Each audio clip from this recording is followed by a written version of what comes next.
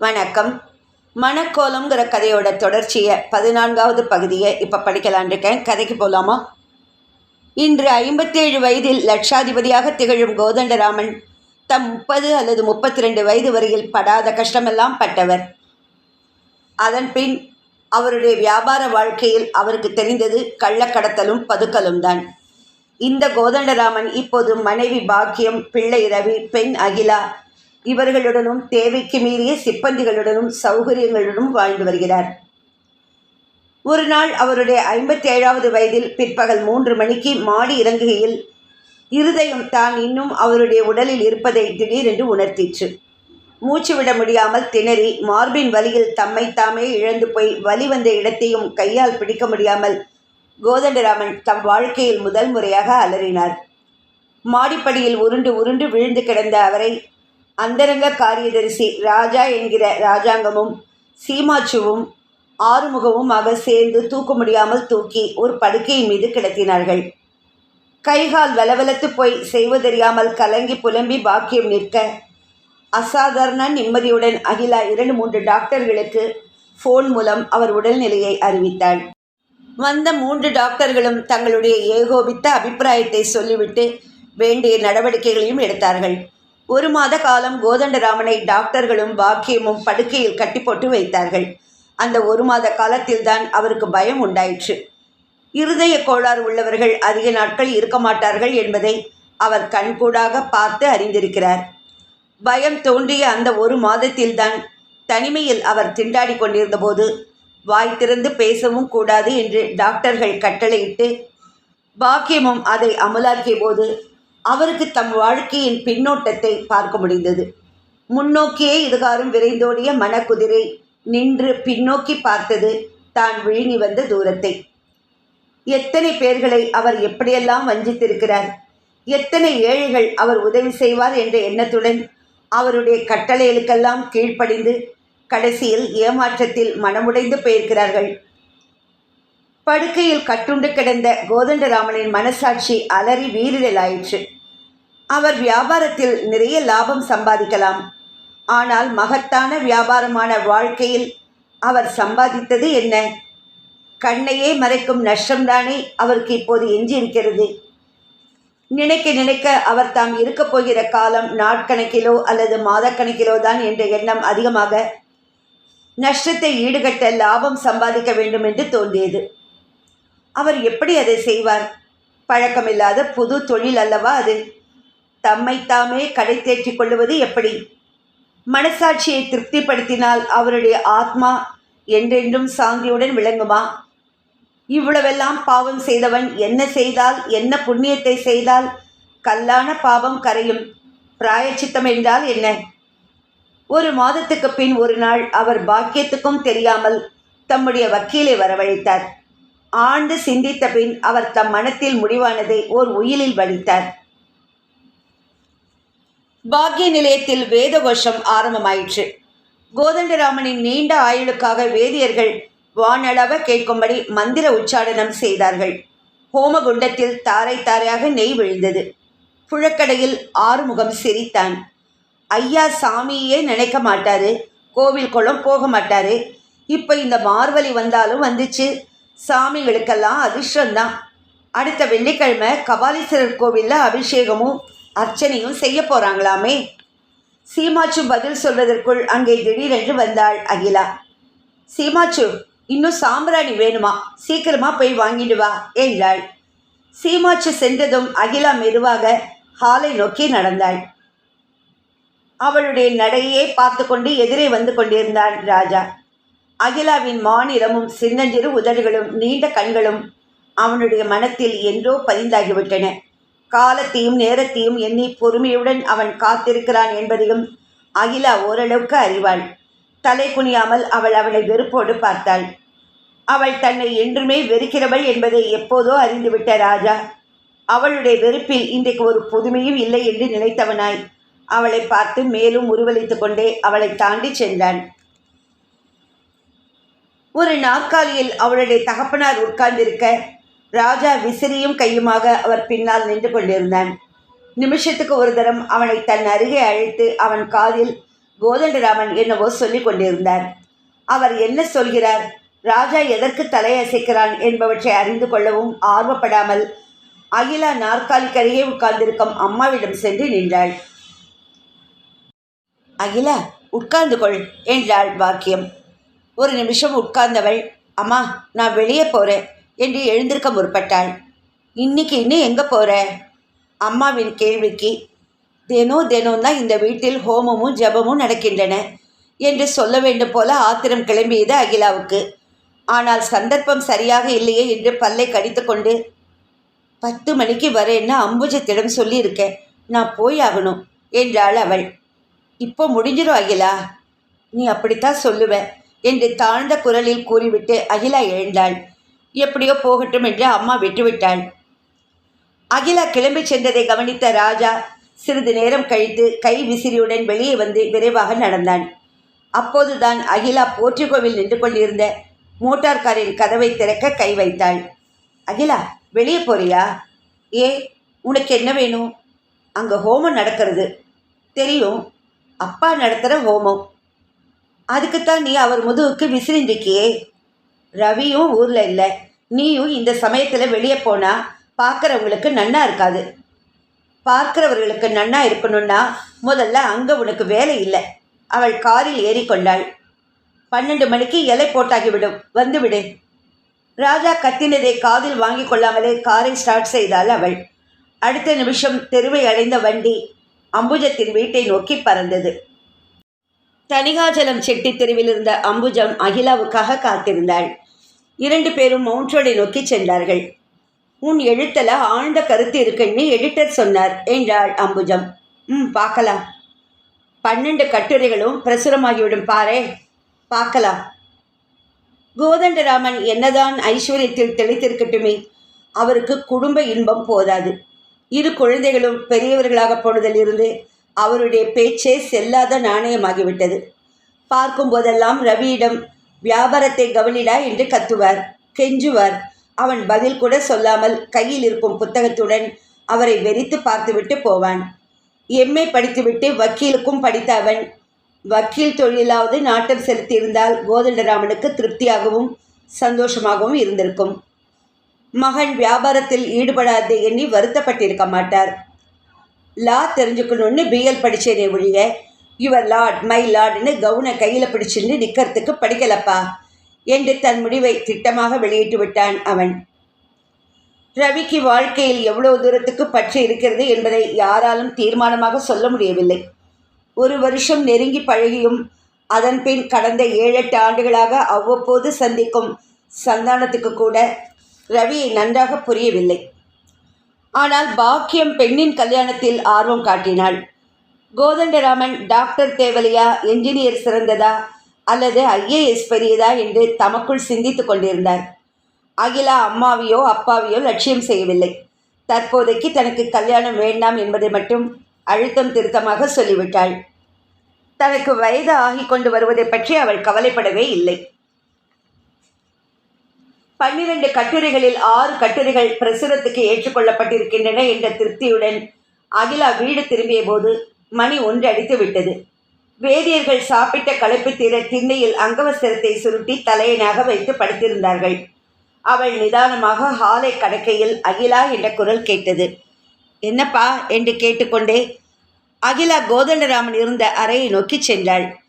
ஏன் அகிலா நடுவிலேயே போய்விட்டாய்? வேலை இருந்ததுப்பா. ஹோமம் முடிந்ததும் எல்லாருமா சேர்ந்து சாப்பிடணுன்னு ஆசைப்பட்டேன். ரவி தான் இல்லை, நீயாவது இருந்திருக்கப்படாதா? அதுதான் உங்கள் ராஜா, நீங்கள் பெறாத பிள்ளை இருந்தானே, போராதா? உனக்கு ஏனம்மா அவன் பேரில் இவ்வளோ சாத்திரம்? உங்களுக்கு வேண்டுமானால் அவன் அந்தரங்க காரியதரிசியாக இருக்கலாம். ஆனால் அவன் எனக்கு அட்வைசர் இல்லையே. என்ன அட்வைஸ் பண்ணா? என்ன பண்ணலைன்னு கேளுங்கோ. எல்லாவற்றிலும் தலையிடுகிறான். ரவிக்கிட்டேயும் சரி, எங்கிட்டேயும் சரி. சொல்லப்போனால் அம்மா கிட்ட கூட அவன் அதிகாரம் செய்ய பார்க்குறான். கெட்டிக்கார பிள்ளை அகிலா. உங்கள் பிஸ்னஸுக்கு கெட்டிக்காரனாக இருக்கலாம். அதுதான் நீங்கள் இன்னும் வைத்து கொண்டிருக்கிறீர்கள். என் பிஸ்னஸை க்ளோஸ் பண்ண போகிறேன் அகிலா. இனிமேல் நான் யாருக்காக சம்பாதிக்கணும்? இந்த மாதிரி புத்தி அன்னைக்கே வந்திருந்தால் உங்களுக்கு உடம்புக்கு கூட வந்திருக்காது. ஆனால் நீங்கள் பிஸ்னஸை நிறுத்தினாலும் ப்ரைவேட் செக்ரட்டரியை விடமாட்டீர்களே. அவன் உங்களுக்கு ஒரு வாக்கிங் ஸ்டிக் மாதிரி ஆகிவிட்டான். அவனை மறந்துடுமா? புத்திசாலி பையன், சுறுசுறுப்பாக இருக்கான், உங்கள் எல்லார்கிட்டையும் ஒட்டி பழகணும்னு பார்க்குறான். எல்லாம் தூரத்திலேயே இருந்துக்கட்டும் என்ற அகிலா, அதிலும் இந்த 2 மாதமாக நீங்கள் படுக்கையில் படுத்த நாள்லேருந்து அவனுடைய அதிகாரமும் தோரணையும் சகிக்கலை என்று முடித்தாள் அகிலா. நான் கவனிச்சுக்கிறேன் என்று கோதண்டராமன் முணுமுணுத்தார். அகிலா சாப்பிடச் சென்றாள். என்றைக்கு சந்தர்ப்பம் வாய்க்கிறதோ அன்றைக்கே ராஜாவை இந்த பங்களா பக்கம் கால் வைக்காதபடி கழுத்தை பிடித்து தள்ளிவிட வேண்டும் என்று அவள் மனம் கருவியது. அவன் பொய்க்கணக்கு எழுதுகிறவன் என்று சீமாச்சு அடிக்கடி அவளிடமும் ரவியிடம் சொல்லுவான். சீமாச்சு யோகியை நல்லதான், ஆனால் ராஜா தேனொழுக பேசி அப்பாவை கையில் போட்டுக்கொண்டு அகப்பட்டதை சுருட்டுகிறவனாச்சே. என்றாவது ஒரு நாள் அப்பா இப்போதிருக்கும் நிலையை தனக்கு சாதகமாக உபயோகப்படுத்தி கொண்டு அவன் நன்றாக ஏமாற்றப் போகிறான். அப்போதுதான் இந்த அப்பாவுக்கும் புத்தி வரும். ராஜாவை பற்றி நினைக்க நினைக்க மூண்டெழுந்த ஆத்திரம் திடீரென்று சந்தானத்தின் நினைவு தோன்றவே தணிந்தது. சந்தானம் முதலாக குமாஸ்தா வேலைக்கு வந்தபோது அகிலாவுக்கு 13 வயது. கண்ணில் படுவது மனத்தில் பதியும் பருவம். தான் சம்பளத்துக்கு வேலை செய்கிறவன் என்பதை ஒரு நாளும் மறக்காமலே இருந்தான் சந்தானம். இன்று ராஜாவுக்கு இடம் கொடுத்திருப்பது போலத்தான் அவனுக்கும் அன்று எல்லா சலுகைகளும் இருந்தன. ரவியும் அவனுடன் சிநேகபாவத்துடன் பேசினாலும் சந்தானம் சற்று ஒதுங்கியே நடந்து கொண்டான். அவனை விட 7-8 வயது சிறியவள் அகிலா. என்ன வேண்டுமானாலும் அவன்தான் பெரியவன் என்ற ஹோதாவில் அகிலாவுடன் பேசியிருக்கலாம். அவள் செய்த சிறு குற்றங்களுக்கு கண்டித்திருக்கலாம். ஆனால் என்றுமே சந்தானம் அவள் மனத்தை நோக அடித்ததில்லை. ஒரு சமயம் அப்பா, பெண்ணுக்கு இங்கிலீஷும் கணக்கும் வரதில்லை, நீ ஒரு 2 மாதம் சொல்லிக்கொடேன் என்று சந்தானத்திடம் கேட்டுக்கொண்டிருந்தார். அந்த 2 மாதங்களில் சந்தானத்தை பூரணமாக அறிந்து கொள்ள அகிலாவுக்கு வாய்ப்பு ஏற்பட்டது. அதன்பின் அவர்களுக்கிடையே அசைக்க முடியாத பரஸ்பர அன்பும் சிநேகமும் உண்டாகிவிட்டன. அதன்பின் இருவரும் வெவ்வேறு திசைகளுக்கு சென்று விட்டார்கள். பெரிய உத்தியோகத்தை நாடி சந்தானம் செல்ல மேல் படிப்பை நோக்கி அகிலா புறப்பட்டு விட்டாள். இருவரும் சந்தித்து பேசுவதே அபூர்வமாகிவிட்டது. ஆனால் அகிலா சந்தானத்தை எப்போது பார்த்தாலும் அந்த 2 மாதங்களை மனதில் நினைத்து மகிழ்ந்து போவாள். அவனுக்கு அந்நாட்களை எல்லாம் நினைவுபடுத்துவாள். இன்றும் சந்தானம் பண்பும் நெறியும் தவறாமல் தான் அவளுடன் நடந்து கொள்கிறான். அந்த உத்தமனே இந்த அயோக்கியன் இருக்கும் இடத்தில் இருந்திருந்தான். கேள்வியே அகிலாவை ஒரு உலுக்கு உலுக்கியது. ஒருவேளை அவளுடைய வாழ்க்கையை திசை மாறி இருக்குமோ? நண்பனாகவும் ஆசிரியனாகவும் இருந்த சந்தானம் அவளுடைய தகப்பனாருக்கு வெறும் காரியதரிசியாக மட்டுமல்லாமல் அவளையே ஆட்கொண்டவனாக இருந்திருப்பானோ? வேண்டா வெறுப்புடன் எழுந்த அகிலா தான் சாப்பிடாமல் சந்தானத்தை பற்றியே நினைத்திருந்தோம் என்பதை உணர்ந்தாள். அவள் தன்னைத்தானே சபித்து கொண்டாள். அகிலா மட்டும் அவனை பற்றி நினைப்பானே? அவனுக்கு அவளை பற்றிய சிந்தனையே இல்லாத போது திடீரென்று சந்தானத்தின் மீது கோபம் பிறந்தது. அவன் இப்போதெல்லாம் ரவியை பார்ப்பதற்கோ அல்லது அப்பாவை பார்ப்பதற்கோ வருவதில்லை. வந்தால் அவளையும் அம்மாவையும் கண்டு குசலம் விசாரித்துவிட்டு போவான். அன்று சாயங்காலம் அவள் சொப்பனத்திலும் எதிர்பார்க்காதது நடந்தது. சுமார் 5 மணிக்கு போர்ட்டுகோவில் ஒரு கார் வந்து நின்றது. அதிலிருந்து வயதான ஒருவரும் சந்தானமும் இறங்கினார்கள். ஹலோ மிஸ்டர் சந்தானம், இன்னைக்கு வெறும் மழை மட்டும் வராது, பிரளயமே வந்துடும். சௌக்கியமாகிலா? உன்னை பார்த்து ஒரு யுகமே ஆன மாதிரி இருக்கு. ரவி ஊரில் இருக்கானா இல்லையா? அப்பாவை பார்க்கத்தான் வந்திருக்கோம். இவர் தான் என்னுடைய முதலாளி. சார், அகிலாவை பார்த்துருக்கிறீர்களா? She is now a writer. சின்ன பெண்ணாக இருந்தப்போ பார்த்துருக்கேன் என்றார் முதலாளி. எனக்கு அவள் என்னைக்கும் சின்ன பெண் தான் என்று சந்தானம் சிரித்து கொண்டே நாற்காலியில் அமர்ந்து கொண்டான். அப்பா இங்கே வரமாட்டார், நீங்கள் தான் அங்கே போகணும். வாருங்கள், நான் அழைத்து கொண்டு போகிறேன். அகிலாவின் உள்ளத்தில் மகிழ்ச்சி பொங்கியது. சந்தானம் தன் கம்பெனி விஷயமாக முதலாளியுடன் அவளுடைய தகப்பனாரை பார்க்கத்தான் வந்திருக்கிறான் என்றாலும் அன்றைக்கு காலையில் அவனை பற்றி நினைத்ததையெல்லாம் அறிந்து கொண்டுதான் வந்திருப்பதாக அவள் பிரமை கொண்டாள்.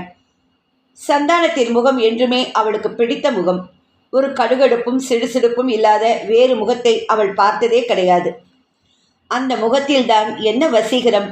கண்களில் குறுகுறுப்பு, அவன் சிரிக்கையில் தாடையில் குழி விழுமே, அதை பார்க்கையில்தான் என்ன ஆனந்தம் அவளுக்கு!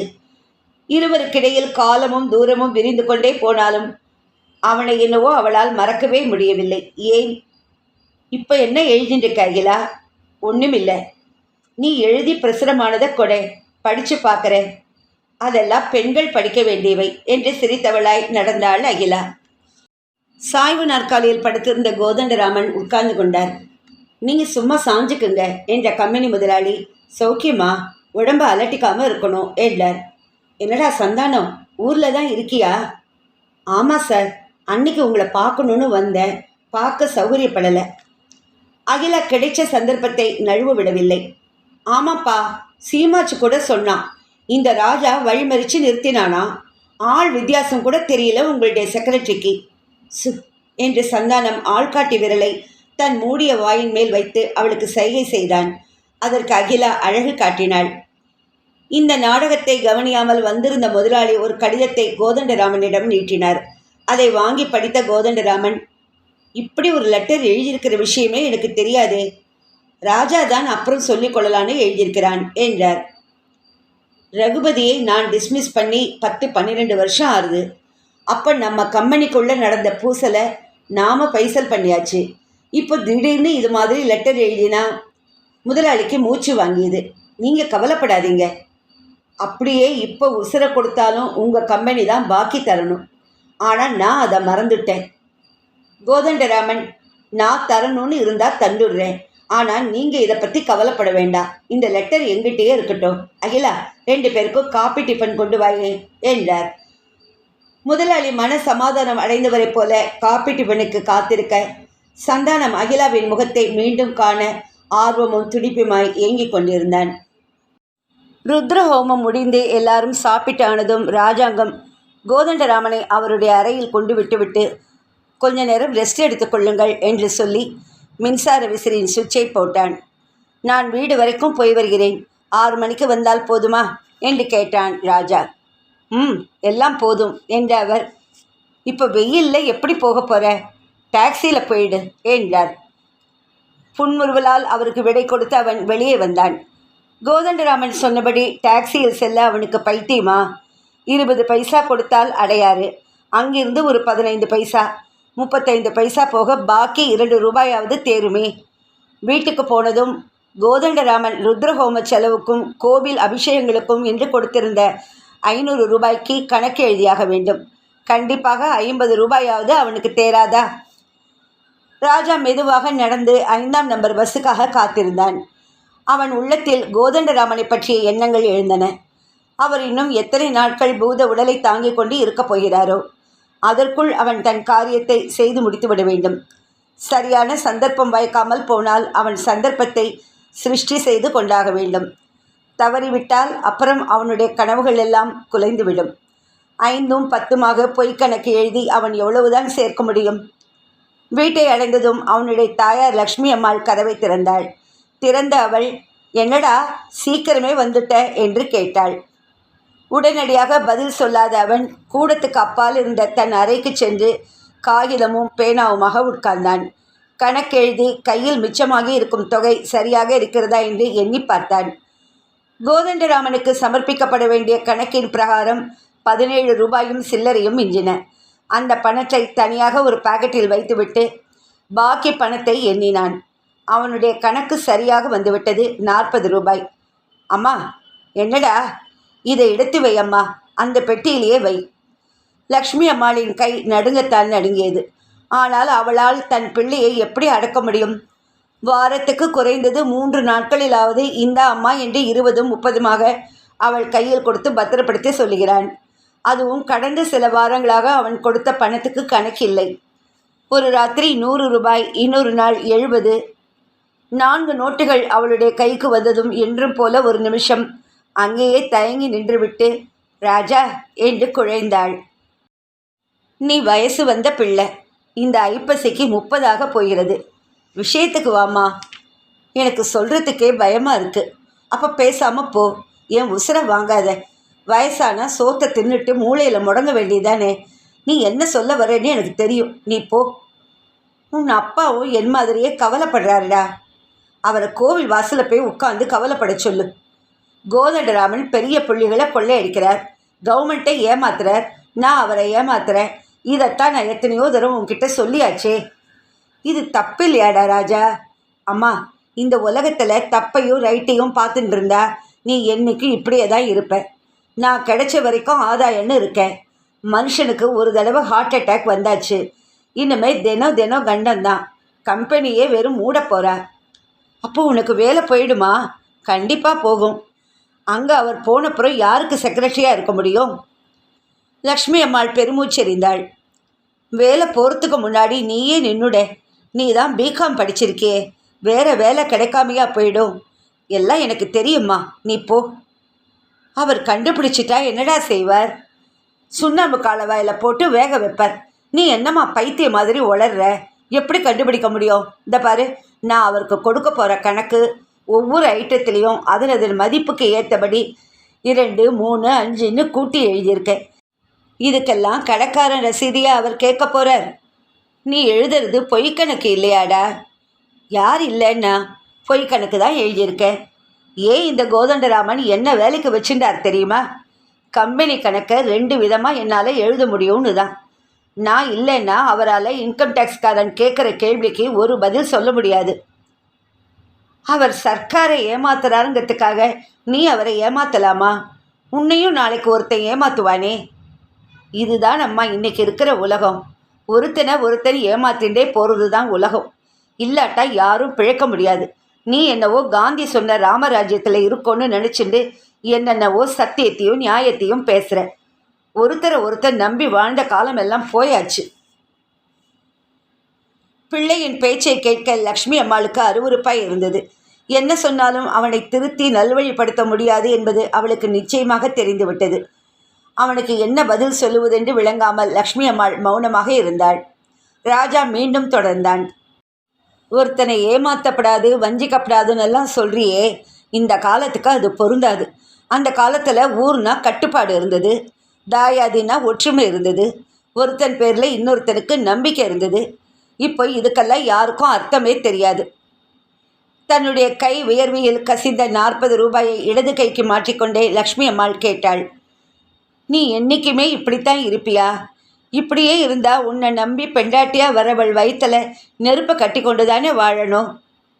திடீரென்று ராஜா கலகலவென்று சிரித்தான். அம்மா, நான் வேணும்னு தான் இப்போ எப்படியெல்லாம் சம்பாதிக்க முடியுமோ அப்படியெல்லாம் சம்பாதிக்கிறேன். பணம் இன்பத்தை தரும்னு நான் சம்பாதிக்கலை. கவலை இல்லாமல் வாழ அது சகல சௌகரியங்களையும் தருது. காற்று வேணுமா? ஃபேன். இன்னொருத்தர்கிட்ட இருந்த இடத்துலேருந்து பேசணுமா? ஃபோன். நினச்ச இடத்துக்கு நினச்ச நேரத்தில் போகணுமா? கார். காலையில் டெல்லிக்கு போய் சாயங்காலம் திரும்ப பிளேன். இதெல்லாம் கோதண்டராமன் மாதிரி உள்ளவர்கள் எண்ணி எண்ணி கொடுக்குற 200 ரூபாயில் நடக்காதுமா. வாராந்திர அரிசிக்கும் எண்ணெய்க்கும் தான் அது காணும். நீ என்ன சொல்கிற? உன் மனசு எனக்கு புரியலையே.